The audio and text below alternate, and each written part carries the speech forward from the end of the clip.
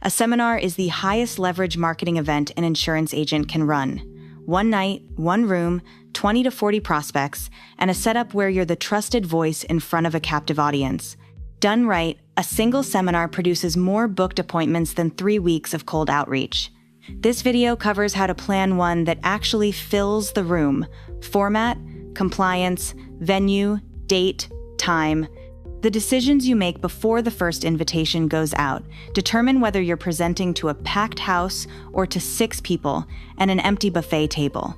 Start with the part that scares most agents and costs the most when ignored. CMS has 2 completely different sets of rules for Medicare events, and you have to pick which one you're running before you do anything else. An educational event is plan neutral and carrier neutral. You explain how Medicare works, the parts, the enrollment windows, eligibility, general plan types. You cannot mention specific carriers, specific plans, specific premiums, or specific benefits. You cannot collect a scope of appointment. You cannot schedule one-on-one appointments at the event. You cannot hold a sales event in the same building within 12 hours. A sales event is where you can talk specific plans and benefits, collect SOAs, and schedule follow-up appointments. Sales events have their own rules and disclaimers, but the floor of what you can say is much higher. The decision you have to make is which format fits your goal. If you want to enroll people, run a sales event and follow sales event rules. If you want to build trust at scale and fill your appointment calendar without the high-pressure feel, run an educational event and capture follow-ups through a sign-in sheet that asks if they want a free Medicare review later. For 2026, CMS has tightened the line between the two. They are explicitly cracking down on educational events that drift into marketing language. If you advertise an event as educational, every invitation, every flyer, every Facebook ad, and every word from the lectern has to stay on the educational side of the line. The required disclaimer on educational invites reads roughly: this event is only for educational purposes, and no plan-specific benefits or details will be shared, plus the accommodations line for special needs. Pick your format first, then pick your topic. The topic of an educational event is not why Plan X is better. It's something like understanding Medicare Parts A, B, C, and D, or how to avoid common Medicare enrollment mistakes, or the difference between Medicare Advantage and Medicare Supplement. The topic should be a category-level question your audience is genuinely confused about, not a thinly disguised pitch. For sales events, the topic can be more specific: new plan options for the 2026 AEP, or carrier-specific plan reviews for our county. The compliance trade is more freedom inside the room in exchange for more disclaimers on the invite. Now venue. 3 rules. First, pick somewhere your audience is comfortable walking into. For Medicare seniors, that means a public library, a community center, a hotel meeting room with easy parking, or a chain restaurant private dining room. Avoid bars, places with stairs and no elevator, or anywhere with a gated parking lot. The venue is part of the trust message before you say a word. Second, size the room to about 75% of your registration target. A room that's 3/4 full feels alive. A room that's half empty feels like a failed event, even if you have plenty of attendees in absolute numbers. If you expect 25 attendees, book a room set for 33 or 35 chairs, not 50. Third, check what's allowed. Some venues forbid food or alcohol. Some libraries forbid sales activity, which kills a sales event but is fine for an educational one. Read the venue contract before you mail invites. Date and time, the 2 most important variables, and the ones agents flub most often. For senior audiences, the proven windows are weekday late mornings around 10:30, weekday lunch hours, or weekday early evenings around 5:30 to 6:30. Avoid Friday afternoons, weekends, and anything starting after 7 o'clock at night. Seniors don't drive after dark willingly. Avoid the first and last week of the month. Bills and travel pull attention. Avoid major holidays and the week of. Avoid local high school football nights in small towns and bingo nights at the senior center. Call the venue and ask what else happens that week before you commit. And lock the date at least 4 weeks out. Direct mail requires roughly 3 weeks of lead time to land in mailboxes and convert into registrations.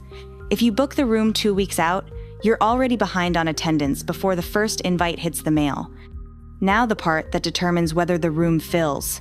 Invite math, confirmation system, day of mechanics. Agents get this wrong and blame the topic. The topic is almost never the problem. Start with the invite math.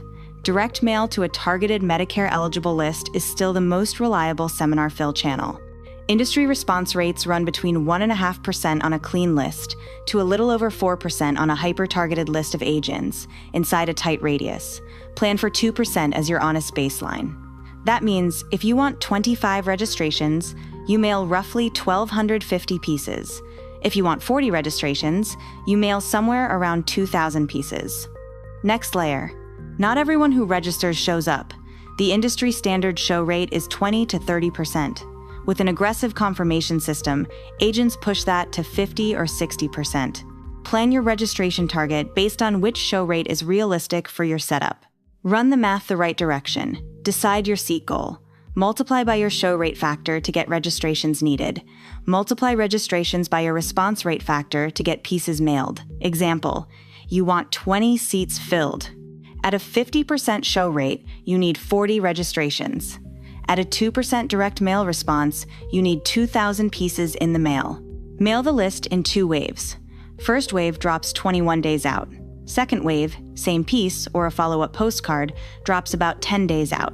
2 waves consistently outperform 1 big wave because some of the first wave gets thrown away unread. Layer Facebook ads on top if you can, targeted to age 64 and up, inside a 5 to 10 mile radius of the venue, running the full 3 weeks before the event. Facebook seminar ads now produce reliable registrations at roughly $10 to $20 per sign-up. Combined, the 2 channels fill faster and cheaper than either alone. Now the confirmation system. This is where the show rate doubles, and almost every agent underinvests here. The moment a person registers, they get an automated confirmation, email or text within 5 minutes. Then they get reminders at 5 days out, 3 days out, the day before, and the morning of the event. 5 touches between registration and event door. In the middle of that automated sequence, you make a personal phone call, 48 to 72 hours before the event. Brief.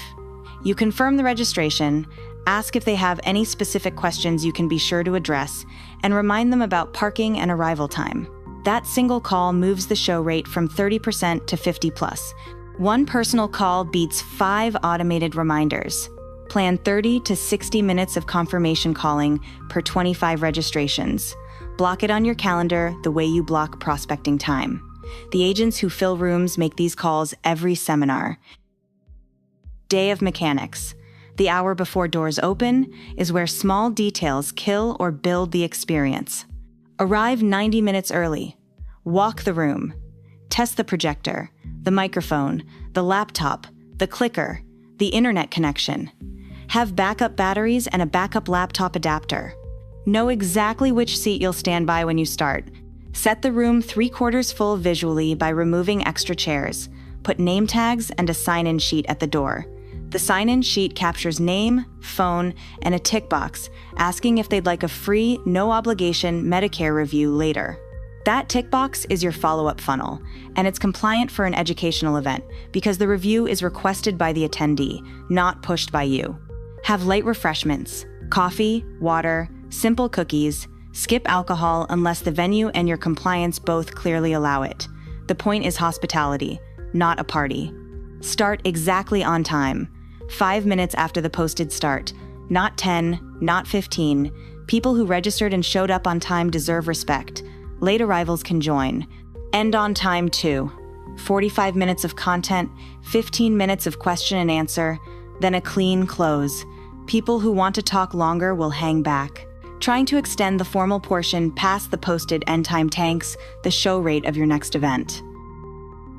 The mistake to avoid is treating the seminar as a single event. Profitable agents run a series. Same room, same day of week, every 6 to 8 weeks. Repetition compounds. The 4th seminar in the same venue fills faster and cheaper than the first because mail recipients start to recognize the event. You're building a local reputation, not running a one-shot. Action step for today. Pick your event type. educational, or sales. Block a date 4 to 6 weeks out and put a tentative hold on a venue that fits your audience. Don't wait until the topic is perfect. Lock the date and the room first. Everything else snaps into place once those two are committed.